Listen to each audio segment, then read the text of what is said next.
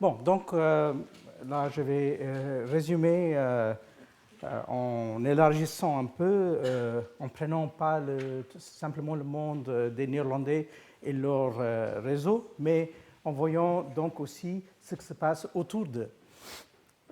Mais avant de commencer, il faut peut-être juste dire quelques mots. Comme vous le savez, on a appris la semaine dernière le décès de Jacques Lecoff, qui était quelqu'un de très important pour beaucoup d'entre nous. Il a été le président de l'école de haute études en sciences sociales, où j'ai enseigné moi-même pendant 7-8 ans. Et il s'avère en fait que j'ai eu le plaisir de le rencontrer quelques fois. En fait, la première fois, il y a 25 ans, à New Delhi, quand il était de passage. Il a fait des conférences. Et comme il s'avère, on a eu donc l'occasion justement de parler du rapport entre l'histoire médiévale et l'histoire du monde musulman. Parce que, comme certains d'entre vous le savent sans doute, il a été l'élève de Maurice Lombard, un grand spécialiste du monde musulman, qui a écrit ce livre qui a marqué le milieu, c'est-à-dire l'islam dans sa première grandeur. Et comme il s'avère aussi, Maurice Lombard était le père de Denis Lombard, qui était quelqu'un qui a beaucoup compté pour moi dans ma propre formation et la façon dont j'essaie de construire cette histoire connectée. Et voilà, donc, comme le temps passe.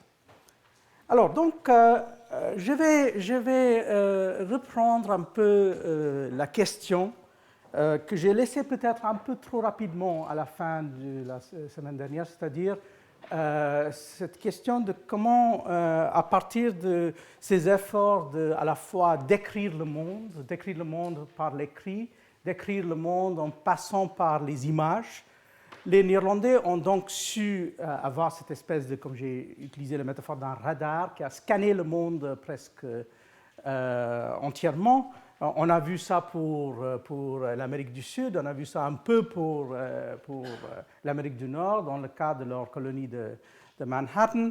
On a vu ça certainement pour l'Afrique du Sud et pour l'Asie.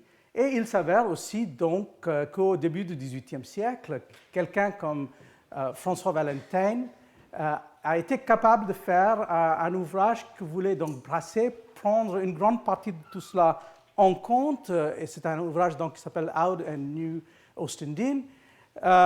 Mais en réalité, c'est un ouvrage qui est beaucoup mieux pour la description du monde contemporain que pour une espèce de réflexion sur l'histoire plus épaisse. Et là, on peut se demander en quelle mesure il y avait une espèce de contradiction entre ces deux tendances, c'est-à-dire la tendance vers la description parfois extrêmement minutieuse, et de l'autre côté, ce problème où les Néerlandais manifestement se butaient contre une culture historique qui restait en fin de compte, je ne dirais pas totalement absente, mais qui était relativement faible. Et ce qui a fait donc, par exemple, que dans la deuxième moitié du XVIIe siècle, on a l'impression que d'autres qui ont passé par les mêmes eaux ou les mêmes terres ont souvent pris le devant. Donc, par exemple, si vous prenez le cas que je connais le mieux, c'est-à-dire le cas indien, finalement, dans la deuxième moitié du XVIIe siècle, il y a 2 ou 3 Français qui ont été beaucoup plus cités, beaucoup plus lus, c'est-à-dire François Bernier, Jean-Baptiste Tavernier. Je vais revenir sur ces noms, par exemple, que n'importe quel écrivain néerlandais, car il y a chez les Néerlandais, on sent ça, une espèce d'écart, et là je reviens et j'essaie de transformer un peu la thèse de Svetlana Alpers, c'est-à-dire ce rapport un peu étrange entre l'écrit et l'art donc de dépeindre. Donc, c'est-à-dire une espèce de situation où les Néerlandais sont extrêmement forts pour tout ce qui est la description, mais pas tellement pour pouvoir faire une synthèse à partir de ça pour prendre aussi le passé par exemple du monde musulman en compte. Alors, on a aussi vu que la façon dont ça a fonctionné, c'était à partir de réseaux.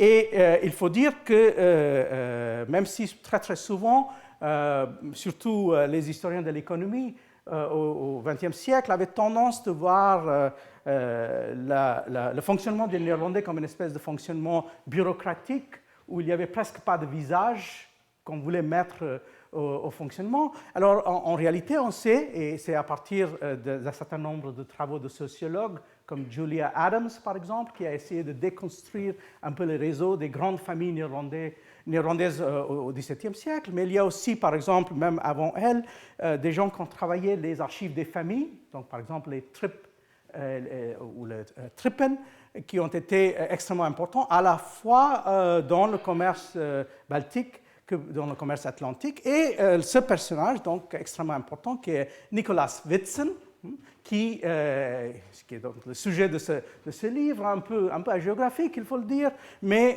c'est quelqu'un qui reste extrêmement important, car c'est à la fois quelqu'un qui a joué le rôle de maire d'Amsterdam à maintes reprises, qui a été extrêmement important dans le commerce avec la Russie. Il a même écrit ce livre basé en partie sur ses propres voyages, Nord et Oost Tartaret. Mais il a aussi des rapports très intéressants un peu ailleurs dans le monde, comme j'ai mentionné la dernière fois. Il nous a livré, il a écrit un petit récit autobiographique dans lequel, par exemple, il dit que quand il était jeune, il a été amené par son père voir Cromwell et qu'il a été, donc côtoyé la famille de Cromwell. Il a été donc assez ami avec un certain nombre de ses enfants. Mais c'est aussi quelqu'un qui a une participation énorme dans la compagnie néerlandaise. Et donc, du coup, il est capable de mettre en place un réseau d'informateurs. Et voilà un de ces informateurs les plus importants, Cornelis de Bruijn, qu'on connaît comme peintre aussi en France, qui a passé du temps donc, un peu partout en Europe, mais qui a été aussi quelqu'un qui a laissé une description très importante, par exemple, de son passage par les terres russes et son arrivée en Iran. Et notre collègue Pierre Briand, par le passé, par exemple, s'est intéressé pas mal à la description de Persépolis et les gravures sur Persépolis que Cornelis de Bruijn aurait pu produire à la fin du XVIIe, début du XVIIIe siècle. Il s'avère que celui qu'on a appelé l'anonyme du Cap, qui a fait ses peintures sur le Cap, dont j'ai parlé il y a 2 semaines, parfois, au départ, on avait confondu ces dessins avec les dessins de Cornelis de Bruijn, mais on sait en réalité que Cornelis de Bruijn n'a jamais été en Afrique du Sud, donc c'est impossible que ça soit lui. Mais en tout cas, Cornelis de Bruijn est extrêmement important pour plusieurs raisons. Tout simplement parce qu'il faisait ses propres descriptions, qu'il était aussi un écrivain, mais aussi parce que c'était donc un collectionneur. Là, vous voyez donc Isfahan, ou une partie d'Isfahan, dessiné par Cornelis de Bruijn dans son récit de voyage, mais c'est aussi quelqu'un qui a beaucoup contribué, par exemple, pour amener pour la première fois, ici à gauche, vous avez un portrait du roi Maratha Shivaji, qui était quelqu'un qui a été l'objet d'une énorme curiosité à la fin du XVIIe siècle, parce qu'on le voyait comme quelqu'un qui pouvait finalement bouleverser l'Empire moghol, qui était capable de le faire, et donc on voulait en quelque sorte savoir quelle tête il avait. Et Cornelis de Bruijn était capable, en passant par l'Inde, de faire ses achats d'albums, et un certain nombre de ces albums sont donc revenus en Europe. Ils ont été en grande partie perdus. On a perdu les traces, mais par exemple, là, vous aviez ce qu'on appelle le Witsen Album, qui est toujours dans le Rijksmuseum d'Amsterdam. Et de la même façon, vous aviez ici un album qui est un peu inférieur et inachevé en partie. Par exemple, vous voyez ici qu'il manque les pieds. Mais il y a néanmoins cet album qui fait partie maintenant de la collection de la Bibliothèque nationale et qui aurait donc aussi été acheté par Cornelis de Bruijn, qui est passé par Witsen et qui finalement est arrivé pour un certain temps dans la collection d'un des rares collectionneurs italiens d'importance à l'époque, qui est le comte Baldini à Piacenza, qui avait une grande collection, lui, de chinoiseries et aussi des objets venant de l'Inde. Donc, vous voyez comment le réseau Witsen fonctionne. Il a ses agents en Inde, il a ses propres voyages, il a ses rapports politiques. J'ai mentionné Cromwell. On sait aussi, par exemple, qu'il a été plus ou moins responsable pour héberger Pierre le Grand quand Pierre le Grand est passé à Amsterdam, mais c'est aussi quelqu'un qui a ses réseaux ailleurs. Baldini, qui est un de ses correspondants, est en rapport assez proche avec Newton. Et donc, Whitson, indirectement, aussi des rapports avec la Société royale à Londres. Donc, c'est un système qui fonctionne assez bien pour ramasser des objets. Et là, je vais revenir sur un de ces personnages du réseau Whitson, qui me semble être assez important, mais aussi assez emblématique pour un certain nombre de questions. Et ça, c'est Engelbert Kämpfer. On a beaucoup écrit sur Kämpfer. On a l'impression que tous les 10 ans, il y a 2 ou 3 livres qui sortent sur lui. C'est un personnage qui est souvent considéré comme une espèce de personnage héroïque qui, dans les échanges entre les cultures, a joué un rôle capital. Et c'est certainement le cas, mais il y a aussi, il faut le dire, un certain niveau de mystification sur son vrai fonctionnement. Alors, c'est qui, donc, Kämpfer? Il est né, c'est un Allemand. Donc, Kämpfer, ça veut dire lutteur. Donc, il est né en 1751. Il a fait des études à Danzig. Par la suite, il est passé en Suède. Et là, vous voyez le premier petit élément scandinave que je vais introduire et développer aujourd'hui. Donc, il a été en Suède. Et par la suite, en 1683, le roi de Suède décide d'envoyer une ambassade en Iran, en passant par la Russie. Et c'est assez caractéristique, et on va revenir sur cette habitude. Celui qu'on va choisir en tant qu'ambassadeur suédois, c'est un Hollandais. Donc, c'est celui qui s'appelle Fabricius, qui avait une certaine expérience de ce genre d'activité. Il est donc envoyé en 1683 et Kämpfer fait partie de son entourage. Donc, il va faire plus ou moins le même chemin que Whitson avait fait, ou d'autres avaient fait d'ailleurs avant. Et il arrive donc à Isfahan en mars 1684.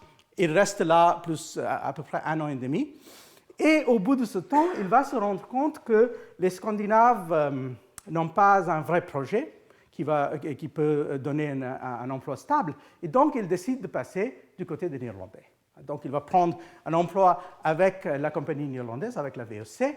Et par la suite, il va rester toujours en Iran, à Bandar Abbas, dans le port du Golfe Persique, pendant à peu près 2 ans, avant d'aller donc à Batavia, la ville capitale des Néerlandais au Java. Alors donc, on connaît tout ça sur Kämpfer, car il a aussi laissé énormément de traces. C'est quelqu'un qui s'intéresse à la fois au savoir cartographique, donc il fait des dessins, il fait des croquis, il s'intéresse aussi aux questions botaniques et aussi aux langues, donc il va aussi apprendre jusqu'à un certain point le persan. Et on a donc ce récit qu'il fait sur la cour des Safavides, ça c'est l'époque de Shah Soleiman, dans les années 1680, et il nous livre un peu tout cela, même si ce n'est pas publié, ça reste donc à l'époque dans ses archives privées, mis à part les quelque chose qu'il va envoyer à Whitson. Mais alors là, on rentre dans la deuxième phase de la vie de Kämpfer, et c'est la phase la plus connue, c'est quand il va passer de Batavia donc au Japon. Et il est au Japon pendant à peu près 2 ans, à cet endroit très étrange, je vais revenir momentanément sur ça, qui s'appelle Deshima ou Dejima, qui est donc une île artificielle créée par les Japonais dans la baie de Nagasaki. Et c'est une île artificielle que les Japonais ont créée précisément parce qu'ils voulaient tenir à l'écart les Européens. Donc, les autres Européens, les Portugais et les Espagnols, qui avaient joué un rôle capital au XVIe siècle, avaient été chassés dans les années 1630. Les Néerlandais étaient les seuls Européens qui avaient le droit de rester.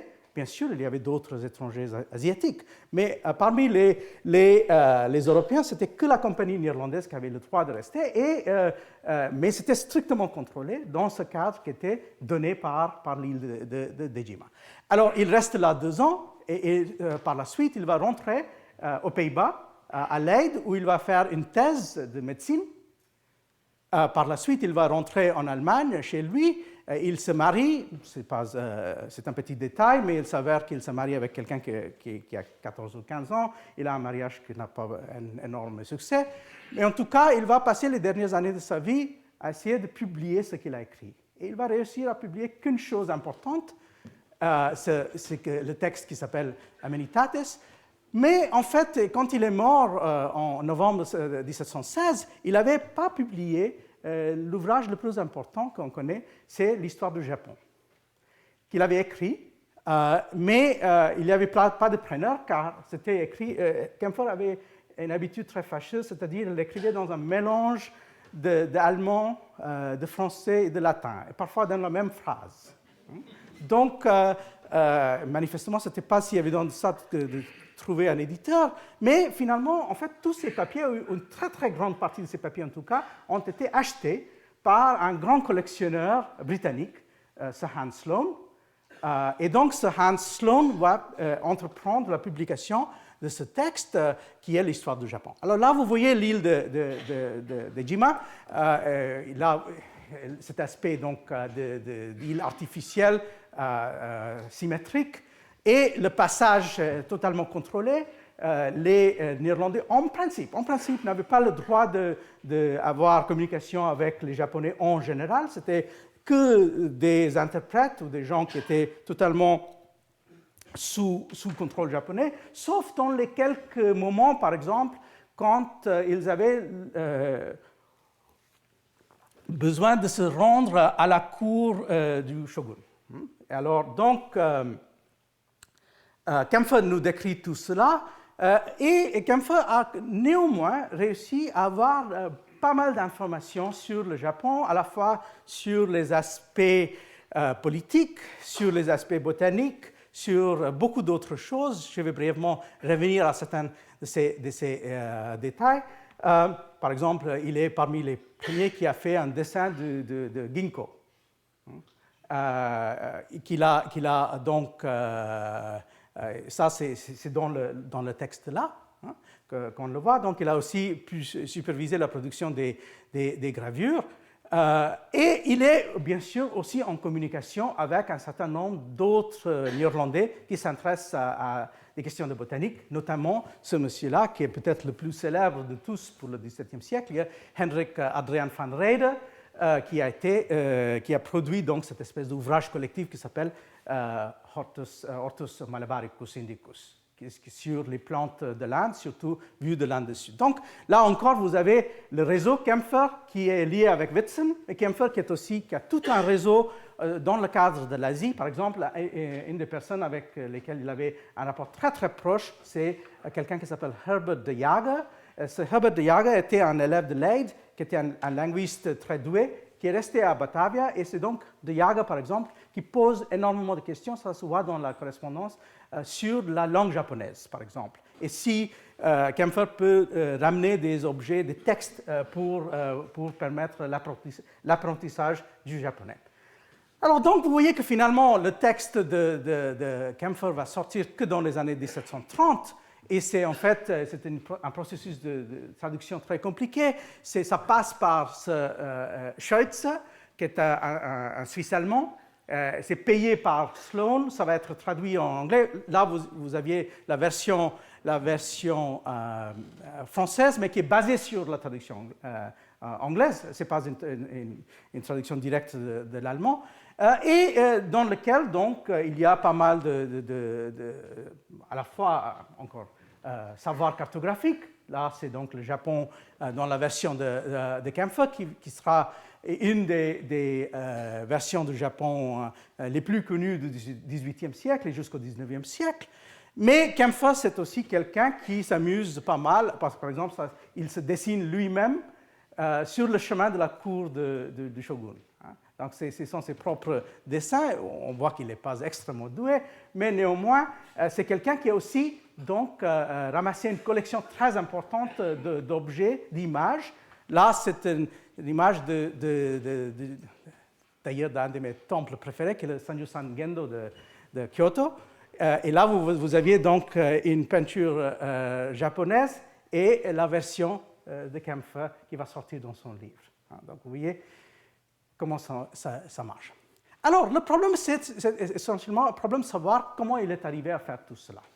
Et là, j'insiste sur le fait que même s'il y a toute une industrie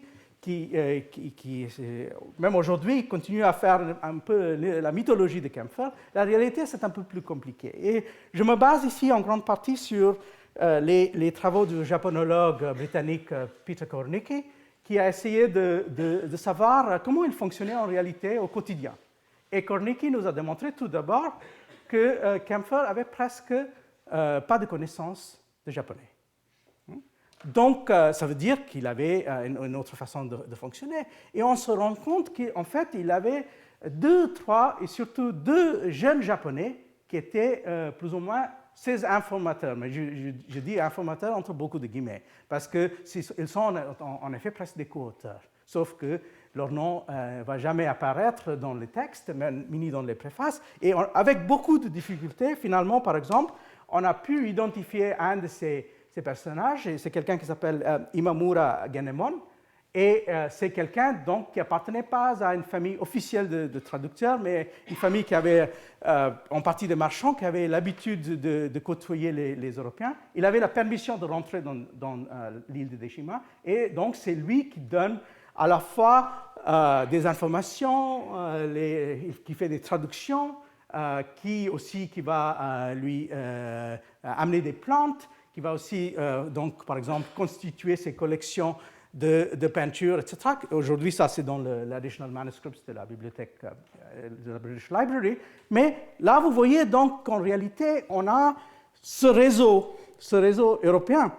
Mais il y a aussi un réseau caché, qui est un réseau d'asiatiques. Et on peut imaginer que la même chose aurait dû être le cas donc, dans le cadre iranien, quand il était à Isfahan et quand il était à Bandar Abbas, sauf que c'est extrêmement difficile de voir qui étaient, en fin de compte, ces gens. Alors, donc, Kaempfer, c'est un cas très connu, mais déjà, il nous donne une petite idée de quelque chose qui reste assez important pendant tout le XVIIe siècle. C'est-à-dire que, finalement, il y a les Néerlandais, mais derrière les Néerlandais, souvent, il y a aussi d'autres Européens venant de l'Europe du Nord, et notamment des Scandinaves, et des Allemands, parfois, travaillant pour les Scandinaves. Donc, il y a une espèce de triangulation possible entre Néerlandais, Allemands et Scandinaves. Et pour expliquer ça, il faut quand même revenir à une question que je vais juste mentionner, et traiter très rapidement. Il faut se rappeler que tout cela, ça a beaucoup à voir avec le mélange qui est produit par la guerre de 30 ans. C'est-à-dire, il y avait énormément de circulation de mercenaires, de spécialistes de la guerre, etc., dans le cadre de la guerre de 30 ans, donc entre 1618 et 1648. Et on verra quel effet ça a sur le fonctionnement donc, de ce monde, parfois néerlandais, mais parfois donc pseudo-néerlandais, en quelque sorte, par exemple, avec ces autres. Alors, le premier aspect chronologiquement que je vais mentionner, je ne vais pas aller très en détail, mais ça vaut la peine de mentionner, c'est donc le cas danois. Donc, le roi de Danemark, vous voyez à gauche ici, Christian IV, qui est quelqu'un qui s'intéresse pas mal à la question du commerce outre-mer. Il est, n'oublions pas qu'il est le beau-frère de Jacques Ier d'Angleterre, et il a des rapports avec Londres. Il sait très bien ce qui se passe avec la compagnie anglaise en Asie. Mais Christian IV décide dans les années 1610 qu'il va lui aussi monter une compagnie danoise pour le commerce extérieur. Mais il a un petit problème, c'est-à-dire il n'y a pas vraiment une bourgeoisie danoise qui s'intéresse suffisamment à ce genre de choses. Et deuxièmement, il n'a pas l'expertise. Donc, qu'est-ce qu'il fait? Il va mettre à la tête de l'entreprise celui que vous voyez à droite, qui est Ove Gide, qui est donc nommé amiral et qui est censé être à la tête de toutes ces activités. Mais en réalité, si on regarde la compagnie danoise est constituée à 80% des Néerlandais. C'est-à-dire des Néerlandais qui n'avaient pas pu trouver une place suffisamment importante dans le cadre de leur propre compagnie. Donc, ils vont se déguiser en quelque sorte en danois pour faire cet exercice. Et alors, donc, c'est quelque chose qui commence donc autour de 1616-1617, et ils vont donc arriver très vite à la fois au Ceylan, et par la suite, ils vont donc passer ici à Tranquebar, une petite ville sur la côte sud-est de l'Inde, où ils vont donc arriver à construire une forteresse. Et c'est une histoire assez remarquable parce que c'est une forteresse où les Danois sont restés à peu près 210 ans, 220 ans, jusque dans les années 1830. Mais parfois, pendant 40 ans, il n'y avait pas de navire qui arrivait du Danemark. Donc vous voyez que c'était une vie un peu étrange qu'il fallait mener pour ces Danois qui étaient dans ce contexte-là. Là, vous voyez la forteresse. Ça existe même aujourd'hui. Hein.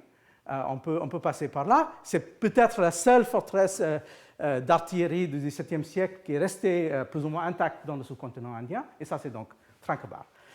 Mais si on regarde même les tractations autour de Tranquebar, c'est assez curieux.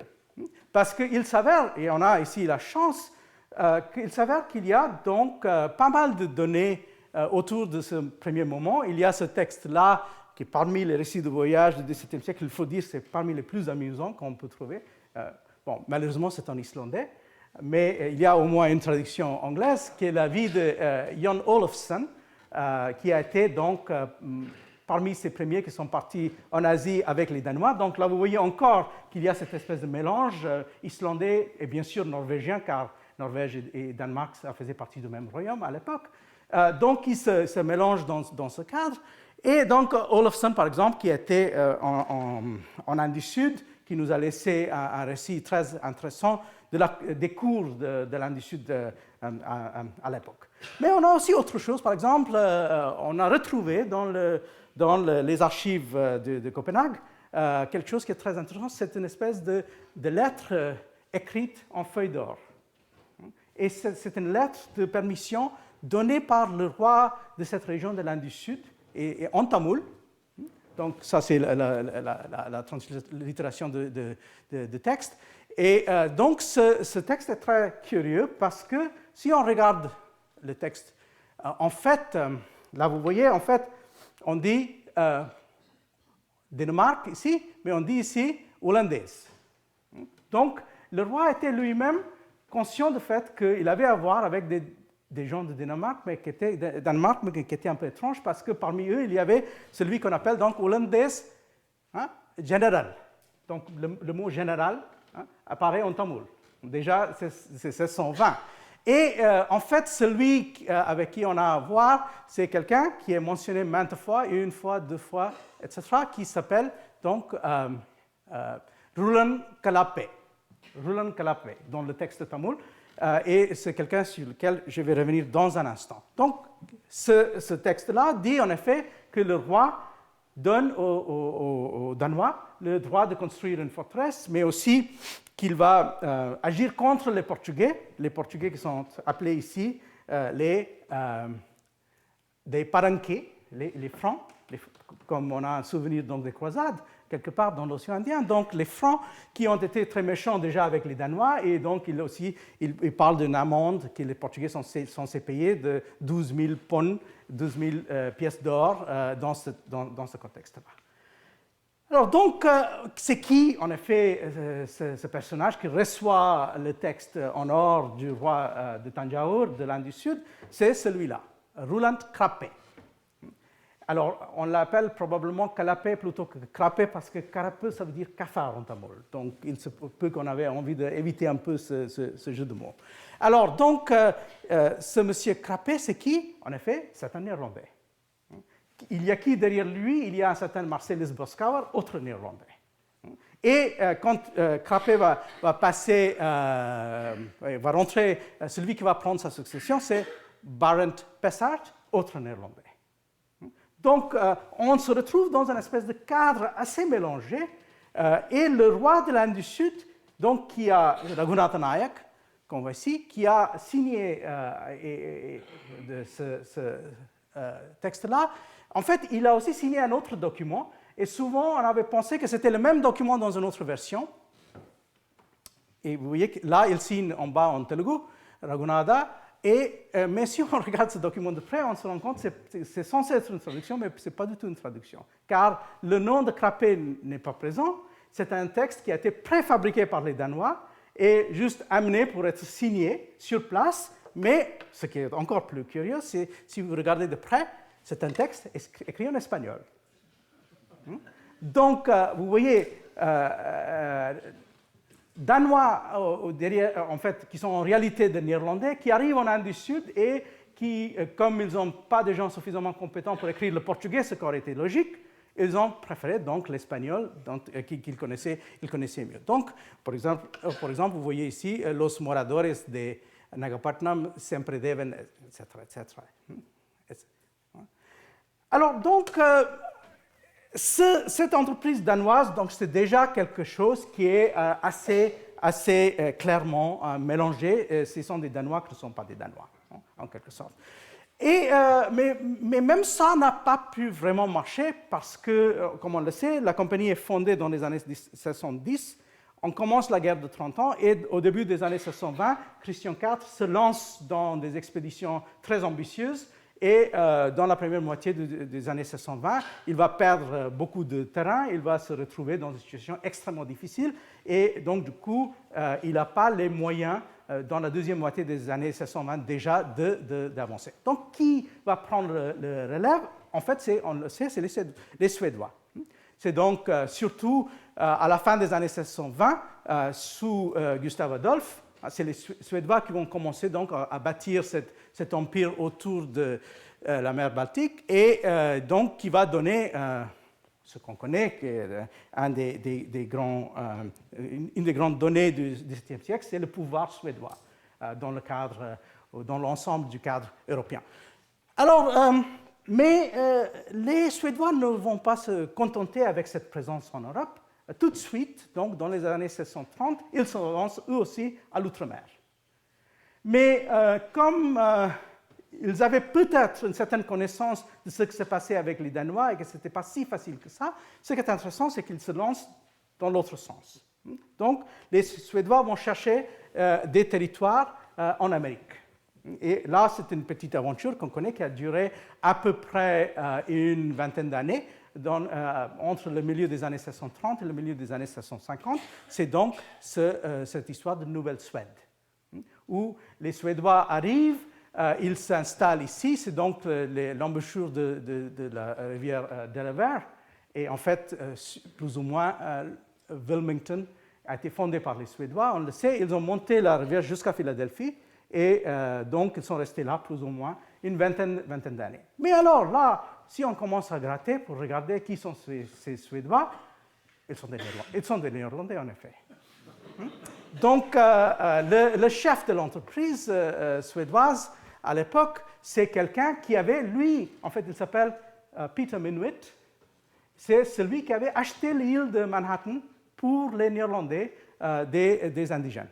Donc, c'est lui qui avait été à l'époque à la tête de la transaction. Et si on regarde, par exemple, la correspondance qui a survécu du personnage le plus important de la colonie de Nouvelle-Amsterdam, qui est Peter Stuyvesant, donc dans les lettres de Stuyvesant, il passe énormément de temps à dénoncer cette personne qu'il connaît très très bien parce qu'il avait travaillé pour les Néerlandais et maintenant il travaille pour quelqu'un d'autre qui sont leurs rivaux en se disant maintenant sujets du roi de Suède.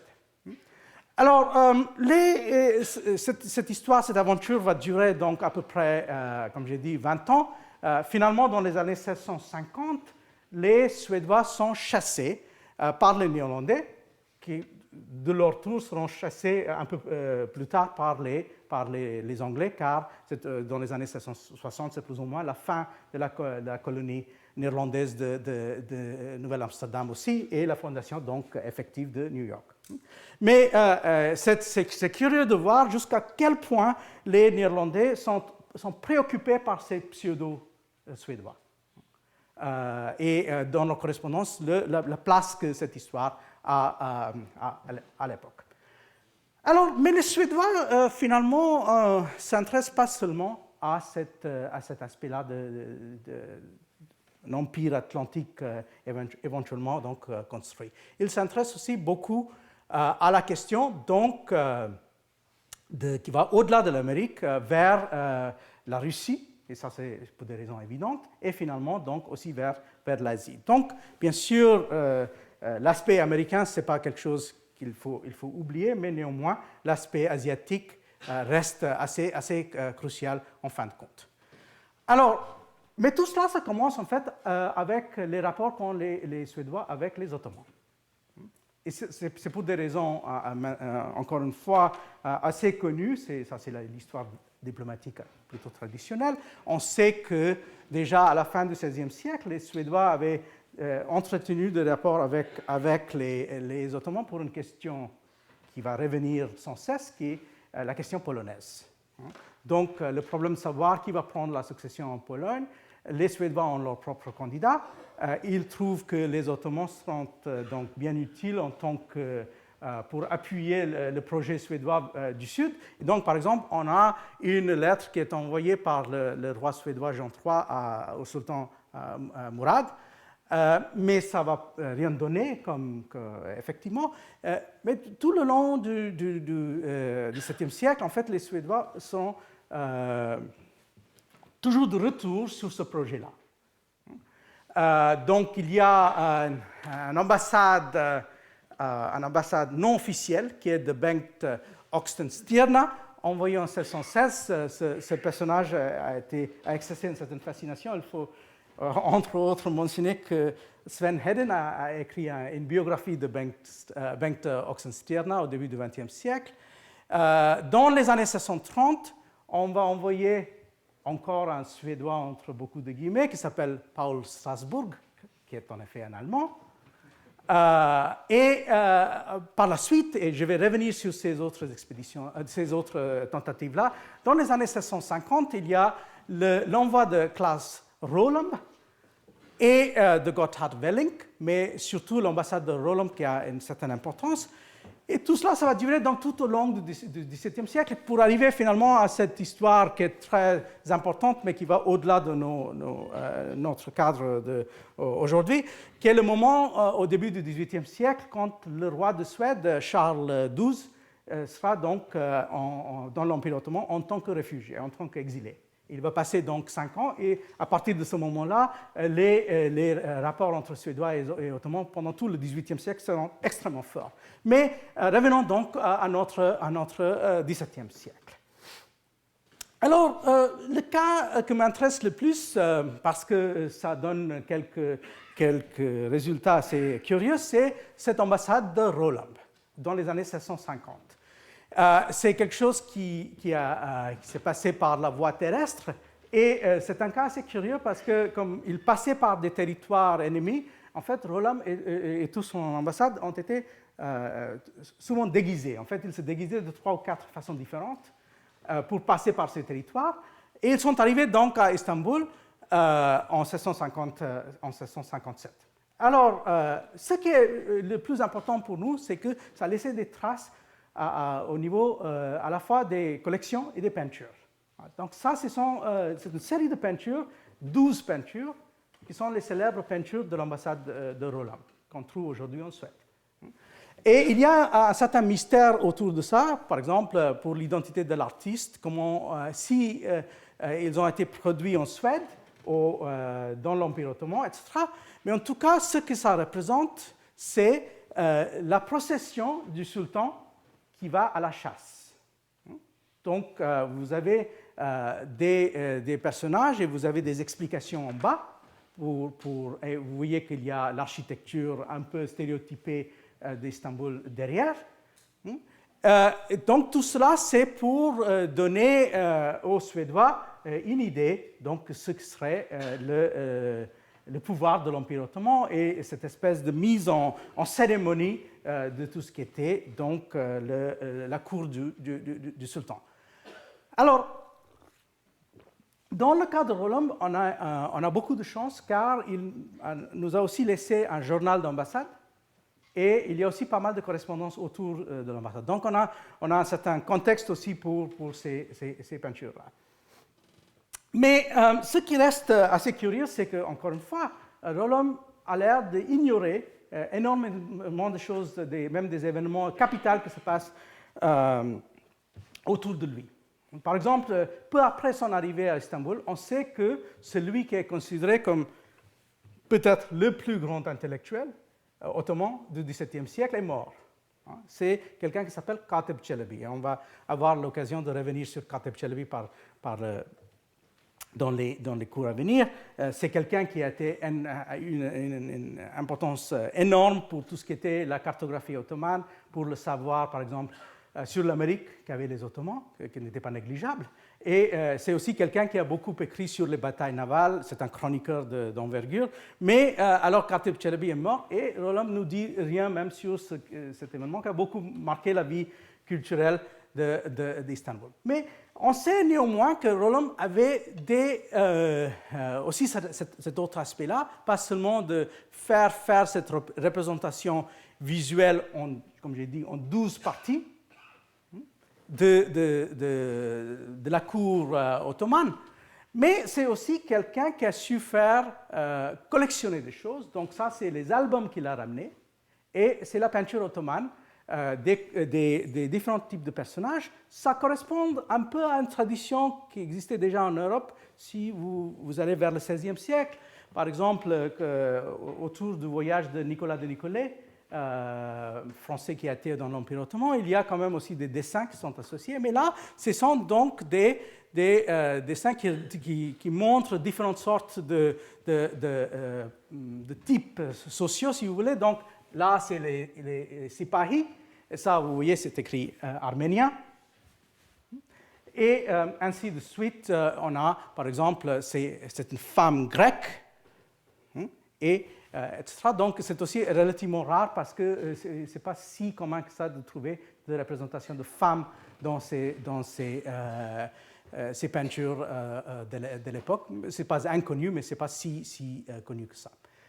Alors, comment est-ce qu'il a fonctionné, donc, Roland? Et là, je reviens un peu à la question de Kaempfer, mais d'une autre façon. C'est-à-dire, finalement, il y a ce jeune homme, Roland avait moins que 30 ans probablement quand il est arrivé à Istanbul. Il appartient à la petite noblesse suédoise. Donc on sache, il n'avait jamais voyagé beaucoup en dehors du monde chrétien et européen. Alors, comment est-ce que ça fait que quelqu'un comme ça peut arriver dans une ville comme Istanbul et fonctionner pour avoir des informations à la fois pour fonctionner en tant que collectionneur et pour fonctionner en tant que quelqu'un qui va finalement pouvoir patronner ses peintures, parce que c'est presque sûr que c'était lui qui a fait faire ces peintures, et c'est aussi assez probable que ces peintures, qu'on vient de voir, donc, ont été fabriquées en Suède, avec des matériaux qui avaient été ramenés par Roland. Mais donc, il y a cette question-là, et il y a une réponse assez facile. Et la réponse, c'est Levinus Warner. C'est qui donc Levinus Warner? Levinus Warner, c'est le représentant des Néerlandais à Istanbul.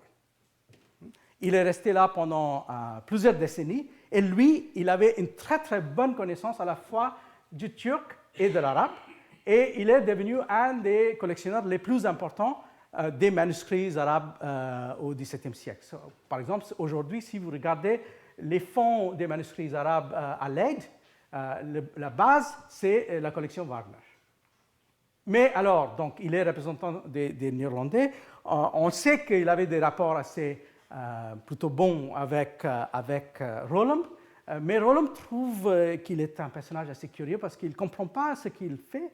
Il dit que je ne comprends pas pourquoi il se dit diplomate et marchand, quand en réalité, les seules choses qui l'intéressent sont les livres. Mais alors, là encore, on gratte et on se rend compte, donc, Warner, c'est un élève de Gaulius qu'on avait vu qui a fait ses méthodes d'arabe, etc. Mais Warner lui-même, c'est un Allemand. Donc là, encore, vous aviez cette espèce de circulation constante entre ces mondes-là. Donc, employé par les Néerlandais, considéré pour un certain nombre de raisons comme un Néerlandais, mais en réalité, c'est un Allemand. Et c'est quelqu'un donc qui a constitué, vous aviez ici donc trois des éléments de sa collection, à droite le Shahnameh de Firdausi, et donc aussi des autres collections de calligraphie et autres. Et c'est effectivement presque sûr que ça serait par Warner que Rollum était passé pour accumuler ces albums et pour les ramener donc en Suède, parce que c'était presque impossible dans un cadre aussi court et avec les autres activités qu'il menait, qu'il se mette lui-même à aller dans les bazars de livres pour chercher des choses, et en plus il n'avait aucune façon de juger la qualité, etc. Et c'est évident donc que ces peintures-là n'étaient pas d'une qualité suffisante probablement pour Warner, mais il trouvait qu'il pouvait quand même les passer à quelqu'un qui n'était pas aussi rusé que lui. Alors donc, c'est bien possible qu'il y ait un rapport entre l'album et les peintures. C'est-à-dire qu'on avait peut-être utilisé un certain nombre d'éléments de costumes, des choses comme ça, pour arriver à ces représentations. Et là, vous voyez, par exemple, c'est censé être un Hongrois, et ainsi de suite. Donc, chaque figure représente, donc ça, c'est censé être un janissaire, c'est un lévantin, etc. Alors, donc, vous voyez qu'il y a cette ouverture des Suédois vers le monde musulman qui déjà commence avec l'Empire ottoman. Un des membres de l'ambassade de Rollum, en rentrant en Suède, a même publié une vie de Mahomet en latin et un petit résumé de l'histoire musulmane. Donc, ce n'est pas quelque chose qui est extrêmement savant, mais il faut dire que la qualité des données dépasse quand même le traité des trois imposteurs sur ce qu'on dit sur Mahomet. Mais c'est aussi intéressant de voir que dans ce petit moment autour de Rollum, il y a aussi l'autre tentative des Suédois, même de rentrer brièvement dans l'océan Indien. Et ça, c'est quelque chose qu'on a souvent oublié. Et je vous donne le cadre rapidement. Les Suédois, donc, vous voyez qui ont pris le dessus sur les Danois déjà dans les années 1620-1630. Mais les Néerlandais qui craignent le pouvoir suédois vont souvent intervenir dans le cadre naval baltique pour, en quelque sorte, freiner l'avancée des Suédois. Ça, c'est un cas assez connu, qui est la bataille de Öresund en 1658, quand une flotte néerlandaise soutenue par les Danois, et par les Norvégiens en partie, bien sûr, a donc attaqué une flotte suédoise avec beaucoup de succès.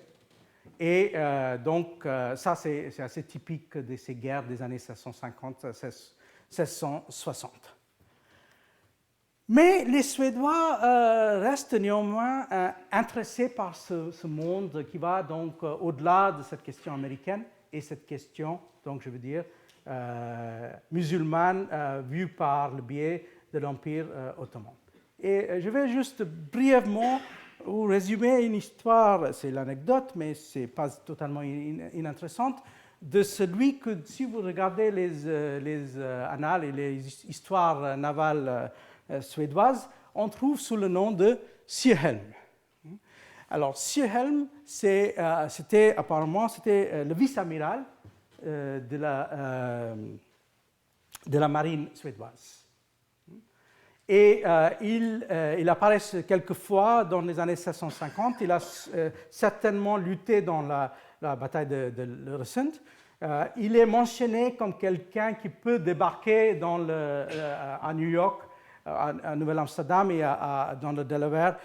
Les Néerlandais ont peur qu'il arrive avec une petite flotte et qu'il soit attaqué par Sjöhelm. Mais en fait, l'expédition de Sjöhelm qui a retenu un peu l'attention des historiens, c'est celle de 1663-65, quand Sjöhelm va partir en océan Indien. Et il arrive donc dans l'océan Indien en fin 1664, plus ou moins, par, bien sûr, la route du Cap. Il est à Madagascar. Et par la suite, en fait, il va arriver à la bouche de la mer Rouge. Et là, il commence à faire pas mal de bruit parce qu'il va attaquer avec un certain succès des navires musulmans. Et il y a donc pendant assez longtemps, il y avait un petit mystère sur les activités de Sir Helm. Par exemple, je vous lis brièvement, il y a le récit anglais écrit à l'époque qui dit sur l'Empire moghol, one of the king's junks named the Ilahi, belonging to the port of Canberra, met with the Swedes' man of war that in chase fired upon him, shot into the ship and wounded some of the men. Alors, donc, il parle de comment un navire de l'empereur moghol a été donc attaqué par un navire suédois, et alors les Anglais ont l'air assez étonnés par ce fait qu'il y a maintenant pas seulement des Suédois, mais des Suédois un peu qui semblent être plutôt des pirates. Et donc, il y a aussi, ça fait pas mal de bruit, et on va revenir sur cette question parce que ça, c'est le début du grand mouvement des pirates en océan Indien dans la deuxième moitié du XVIIe siècle, qui va durer jusque dans les années 1790 et qui va finir avec les histoires de Kidd et d'Avery, et qui sont eux aussi des histoires qui sont liées avec les histoires de l'Atlantique. Parce que souvent, ces gens-là, qui sont des pirates, par exemple, parfois écossais, mais financés, par exemple, de Boston. Donc, vous voyez qu'il y a un lien possible entre ces deux histoires maritimes. Mais alors, le cas de Sir Helm, qui est celui qui est mentionné là, en fait, si on commence à regarder de près, on se retrouve qu'on est toujours dans le même cas. Parce que là, c'est la pierre tombale de Sir Helm. Et ça se trouve dans la Oude Kerk à Amsterdam. Et il s'appelle Zeehelm. Et en fait, c'est Hendrik Gerritsens Zeehelm, c'est un Néerlandais. Donc, même cadre, toujours, on se dit suédois, mais on est en réalité toujours dans le même genre de situation où Zeehelm, c'est quelqu'un qui avait essayé de travailler pour les Néerlandais, qui a trouvé qu'il n'était pas suffisamment bien payé, et donc il est suffisamment payé, et donc il est passé du côté des Suédois. Et d'ailleurs, maintenant, on a ramassé beaucoup de données sur cette petite expédition. C'est une expédition assez bizarre parce que le chef était un Néerlandais, mais en fait, les gens qui travaillaient dans les navires étaient à moitié suédois et à moitié néerlandais. Et on sait que ce qui est arrivé, c'est justement cette espèce de scission entre les deux. On arrive à la bouche de la mer Rouge, on attaque ces navires, et par la suite, on sait par les dépositions données par les Suédois en rentrant en Suède que le problème, c'est que les Néerlandais n'ont jamais permis aux Suédois de mettre pied dans ces navires-là, parce qu'ils voulaient garder le pillage pour eux-mêmes. Et donc, c'était que des Néerlandais qui avaient la permission de débarquer dans ces navires. Donc, du coup, il y a une espèce de mutinerie et les Suédois se lèvent contre les Néerlandais. Finalement, Sir Helm est tellement en désespoir qu'il va à Goa. Il va essayer de vendre son navire au vice-roi portugais. Le vice-roi portugais lui dit en effet que c'est un pirate, donc il va confisquer le navire plutôt que de l'acheter. Et du coup, Sir Helm est obligé de rentrer dans un navire britannique néerlandais en Europe, et il va donc finalement en 1668 écrire une lettre assez larmoyante aux autorités en Suède en expliquant que ce n'est pas du tout sa faute, et c'est à cause de ces problèmes qu'il a eu justement avec les Suédois que lui il trouve sont des gens très peu donnés à l'autorité. Mais ce qui reste quand même de tout cela, c'est une espèce d'accumulation de savoir même chez les Suédois.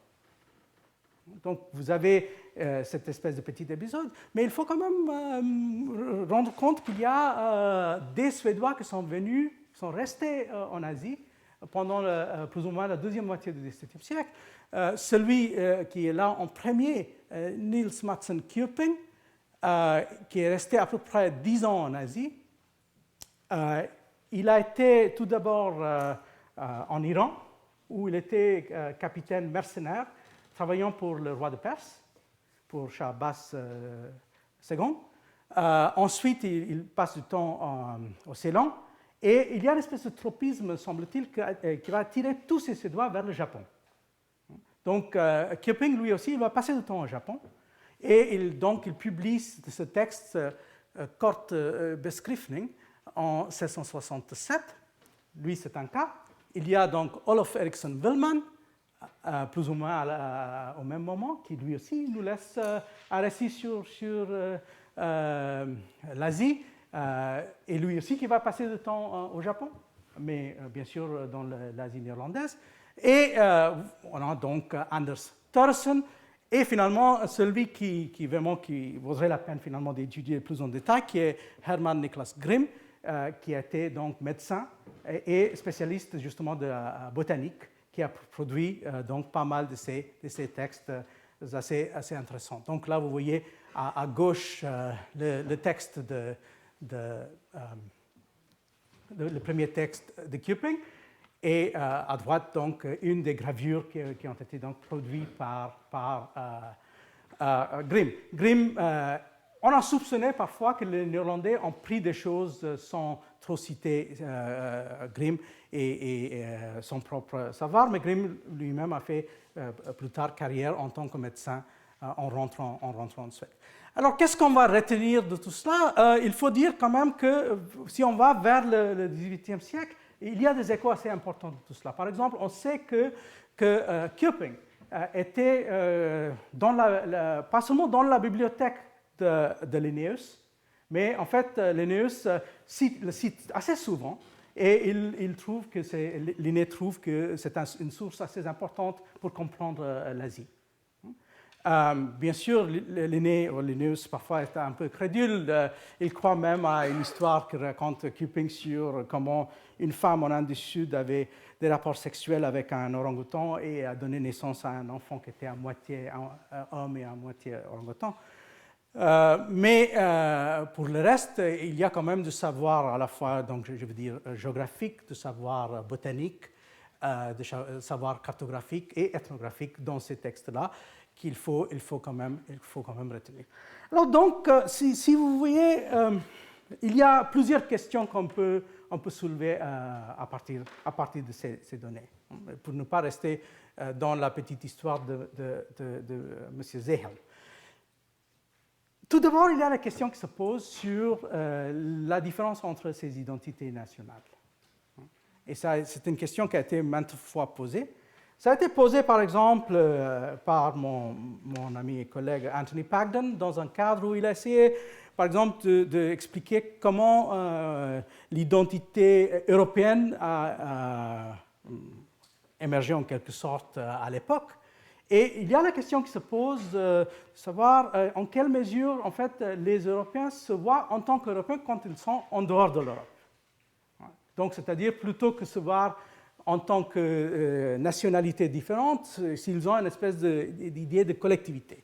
Et là encore, on peut poser la question, savoir si c'est plutôt les petites nationalités, comme par exemple, par le passé, j'ai travaillé sur les Italiens en Inde au XVIIe siècle. Et il y a très peu d'Italiens en Inde. Alors, donc, du coup, le résultat, c'est que les Italiens s'accrochent aux autres Européens. Alors là, avec les Suédois, avec les Danois et les Néerlandais, la question se pose parce qu'en fait, en réalité, on voit que dans le cadre qui a probablement tout d'abord été défini par la guerre de 30 ans, mais qui a continué pendant tout le long du XVIIe siècle, il y a une situation qui est extrêmement brouillée sur qui est quoi dans ces cadres-là. Et c'est quelque chose sur lequel parfois des Européens, comme par exemple François Bernier, nous livre quelques réflexions très intéressantes sur ces questions-là. C'est-à-dire, si on est dans l'Empire moghol, comment est-ce qu'on se présente? Est-ce qu'on se présente en tant que Français, en tant qu'Européen, en tant que Franc? Mais vous voyez que même les autres, les interlocuteurs, avaient une certaine précision parfois dans leur vocabulaire. Vous voyez, déjà en 1620, le roi de Tanjore a cette idée que, oui, j'ai fait un traité avec le roi de Danemark, mais il y a des Néerlandais dans l'affaire. Et il a même un mot différent pour désigner les éléments, disons, nationaux, ou les nations, en tout cas, qui sont présents. Alors, donc, cette question se pose, mais il y a aussi cette autre question qui se pose, et je ne vais pas trop développer ça aujourd'hui, mais je vais revenir sur ça. C'est bien sûr le problème de l'existence, la non-existence et les limites d'une espèce de république de lettres. C'est une question qui a été posée, par exemple, autour de gens comme Whitson, pour savoir si ce que moi j'ai décrit comme un réseau peut se définir en effet comme une espèce de façon de voir l'émergence d'une république où il y a les Allemands, les autres, etc. Mais la question avec laquelle je vous laisse, c'est justement, à ce moment-là, quoi faire avec les non-européens dans le cadre de cette république de lettres. Est-ce que, par exemple, quelqu'un comme Imamura Genemon fait partie de cette république de lettres? Parce qu'en réalité, on sait qu'en quelque sorte, il est le co-auteur caché d'un certain nombre de ces textes-là. Et on peut poser la même question pour les autres écrits dans une mesure qui serait plus ou moins grande. Donc, ce sont des problèmes qui se posent à la fois sur l'identité européenne, les limites de cette identité, la fluidité entre des cadres nationaux, mais il y a aussi là, je pense, la question qui est vraiment posée par l'expatriation, et l'expatriation dans le sens extracontinental plutôt que dans le sens d'une patrie vue d'une façon, disons, limitée et petite. Alors donc là, il n'y a pas de cours pour les 2 semaines à venir à cause des vacances de Pâques. En revenant donc fin avril, je vais essayer d'aborder ça par une autre façon, en prenant l'optique du monde musulman et en regardant comment, par exemple, du monde musulman, on a conçu le monde extérieur. Par exemple, comment les écrivains en arabe ont abordé l'Amérique au XVIIe siècle, comment les Ottomans, par exemple, ont conçu le monde au XVIIe siècle. Et là, j'aurai l'occasion, bien sûr, à revenir à ce grand personnage qui était Kateb Çelebi. Je vous remercie.